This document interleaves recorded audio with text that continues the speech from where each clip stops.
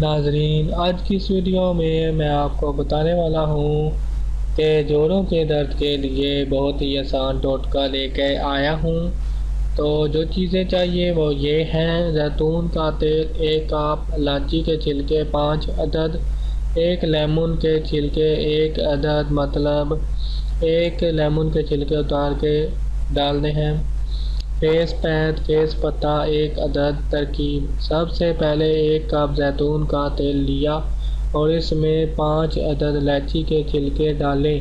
फिर इसमें एक लेमन के छिलके डाल दें और इसमें फेस